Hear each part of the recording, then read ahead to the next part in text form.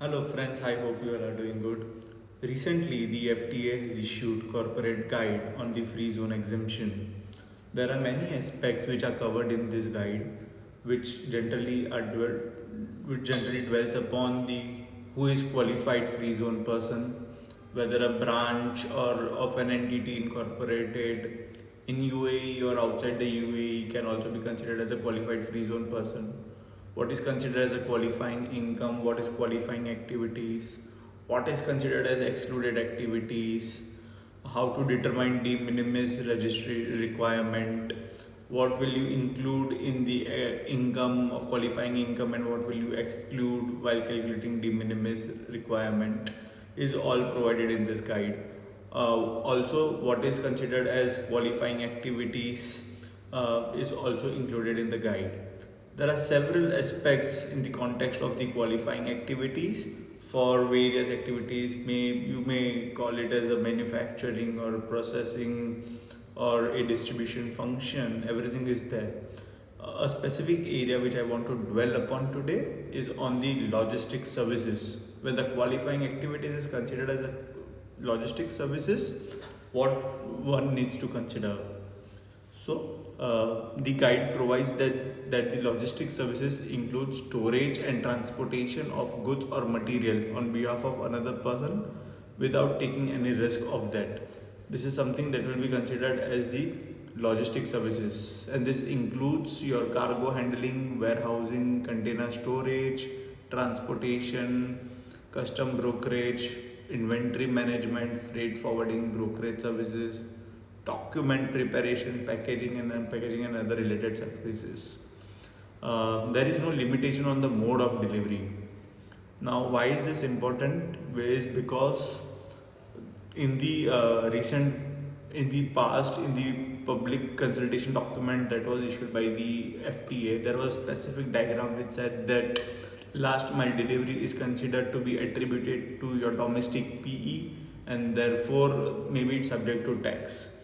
There is some bit of more clarification which is provided in this document, which I will come upon in the subsequent 5 minutes. What might constitute a qualifying activity of the logistic will include transport of goods, warehousing, inventory management, freight forwarding services, order fulfillment, packaging.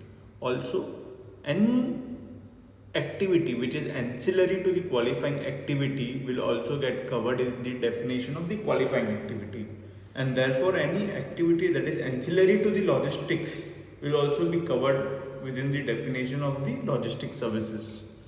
And what all could be that possible activity, one would ask.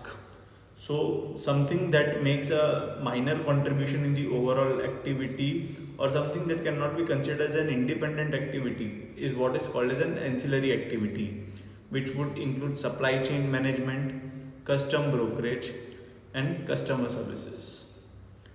I was referring to the diagram. This is the diagram. Over here, you may see that there is a free zone entity which is having multiple services in the free zone, specifically in a free zone, which could include your shipping, your logistics, your warehousing, which is a prime in any logistic activity, your packaging services. All this is considered as a qualifying activity. But what is not specifically included is the last mile delivery.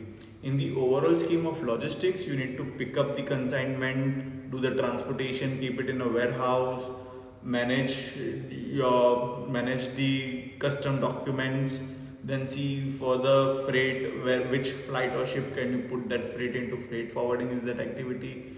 Then ship that consignment, look after the import or export at the specific jurisdiction, then ensure that there is a last mile delivery. So from pickup to drop, you will do several activities. Not that all the activities will be conducted in the free zone itself. Like for last mile delivery or for pickup, you will need to go to the mainland and you will need to take the assistance of the mainland. But don't you think that such services can also be considered as an ancillary activity? So yes, this is what the guide says, that uh, free zone performs most of the logistic services within a free zone for the customers, and certain activities from outside or outside of a free zone or for a customer, but last mile delivery outside of the free zone in the or in the foreign country. The last mile delivery services will still form part of the free zone person's logistics service qualifying activity. Accordingly, when you are still not performing all the activities in free zone, but certain activities are outside that free zone or in a foreign country, that will still be included in the definition of the logistics services qualifying activity. So there's one example also. So there's a company who is doing host of services, which includes your transportation and delivery, warehousing,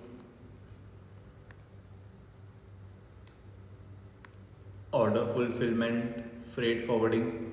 All this will be considered in your qualifying activity and therefore eligible for the exemption in the light of the logistic services. Hope you find this video useful. I will come up on subsequently on detail on the free zone person, what is considered as a free zone person, what will be considered as a qualifying activity for each sort of activities, and how to calculate your revenue threshold of the 5% or of the total revenue, what all can be considered in the total revenue, what needs to be excluded for de minimis requirement. Thank you very much. Have a great day.